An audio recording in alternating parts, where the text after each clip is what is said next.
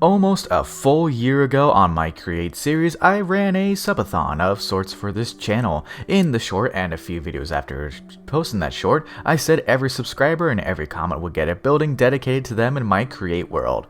If I passed 75 subscribers at that time, I'd double the ending result, then add the comment to request. It's been a year and I have done one. I've done one building. I could count what I've built so far, but that's a cop-out. Instead, from here on out, it's all about world building, getting to the 213 buildings I owe, and making as many requests per episode as I can. It'll take a bit.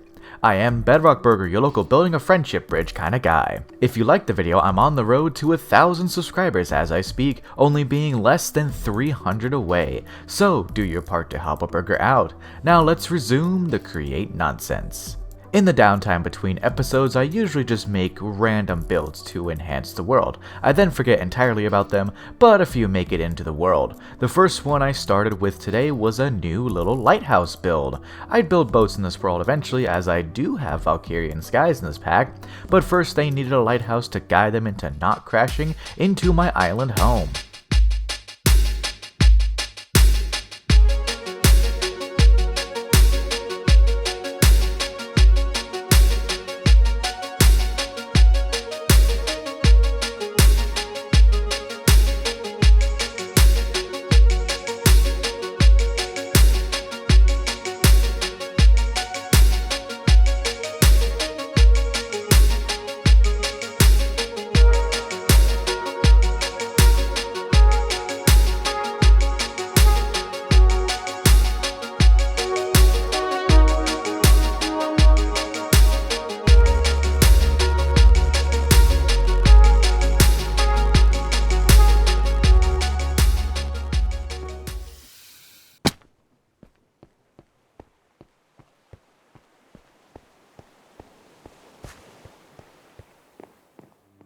Aren't schematic cannons great? Love these things. Speaking of schematic cannons, there's more to do on this island, like connecting up to the mainland. So in Creative, I built a bridge using a ton of the same materials I had been using for most of this world, calcite and sakura wood from biomes we've gone.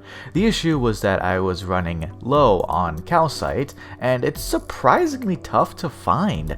But fortunately, through my favorite add-on, Create Ultimate Factory, calcite was able to be automated by pressing bone meal and gravel together. Fortunately, I had a farm that made a ton of bone meal, as my massive tree farm I made a bit ago produced a lot when spare saplings got dumped. I used a void motor from Create Utilities to wirelessly transmit stress units from my boilers to a new calcite generator, and set it to work. As long as the tree farm was chopping trees, this farm would passively produce calcite for me. The main issue with this build was that it used so many blocks of stripped sakura wood, and as of right now, there is no way to automate that. With vanilla wood in Create, you can use a mechanical saw to auto-strip the wood, but it doesn't work with any mods wood. If someone wants to make an add-on to fix that and allow stripping of modded wood to be automatable with Create, my axe and I would love you forever. In the meantime, I actually nearly broke my netherite axe stripping all the logs I need, as I needed about 2,000 logs or so to make the bridge. It took about 4 hours to get all the materials, which granted isn't a super long time compared to most other creators and their huge builds, but anyways, let's fire off the schematic cannon and watch the blocks fly.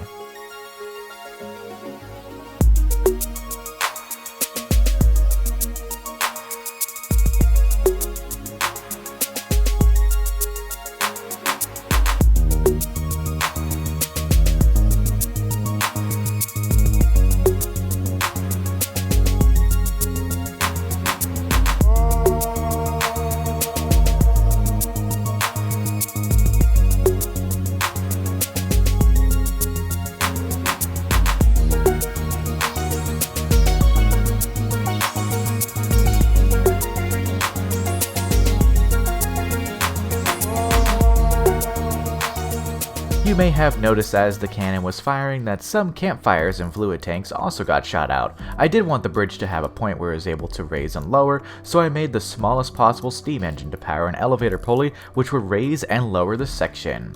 It was a bit fast, but honestly that's fine. And by the way, this bridge, which I named the Lycoris Radiata Bridge after the red spider lily flower scientific name, is available for free on my Patreon and in my Discord. I'm not locking stuff behind paywalls just yet, but if you want the build, you can just go to either of those places and find it. You will need biomes we've gotten. Currently, to continue my shameless promotion, you can get early episodes if you subscribe to my paid tier on Patreon, and even some exclusive videos. Wink wink, nudge nudge, give me money. To finish off the far side of the bridge, I decided to do a suggested build from a commenter in that short last March. Of course, I had to start with one of the hardest ones, the Netherite Beacon, as I had both Netherite and gold automated for quite a while. They've just been stocking up slowly, so I was able to get a lot quicker than if it was vanilla Minecraft. Don't ask me to do this in vanilla Minecraft, I don't get paid yet to make these videos. With enough netherite, I made a full netherite beacon and dedicated to Raven1SSH, who commented it all those months ago. Sorry it took so long, I'm not a very organized person. To intertwine lore into this world, I named the new shrine after the main antagonist of my own Dungeons & Dragons campaign, which the players have not met yet. It's okay, they don't watch my videos, so I'm safe. The new beacon shrine is now named the Shrine to Jiu-Umi. I go into details about him, but I don't want to bore you all with my ramblings about my D&D world. That's for next episode. Now we're at a whopping 2 out of 213 for builds to make this world. We got this.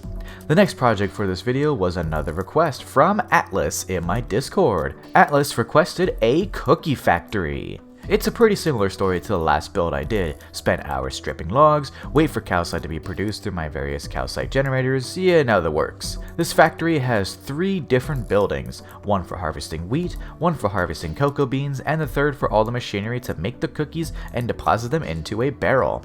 It used mechanical arms and funnels to deposit the materials into the mechanical crafters, then used barrels and chutes to have all the cookies go into one central point. I do count these 3 buildings as one build though for the 213.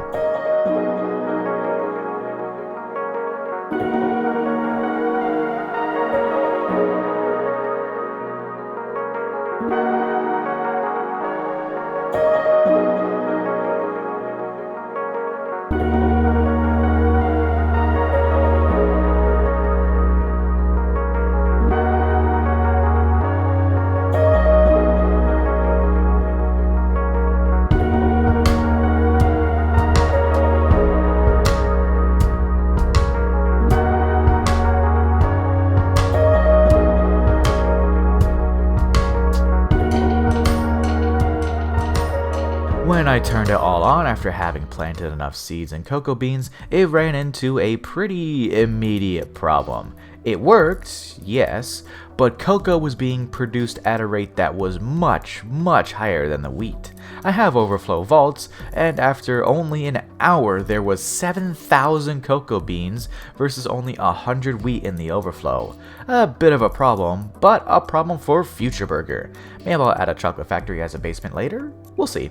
After the factory was complete and a sign posted out front for its dedication, I made a simple path from the end of Lycoris Radiata Bridge to the cookie factory. I like to make my builds all walkable.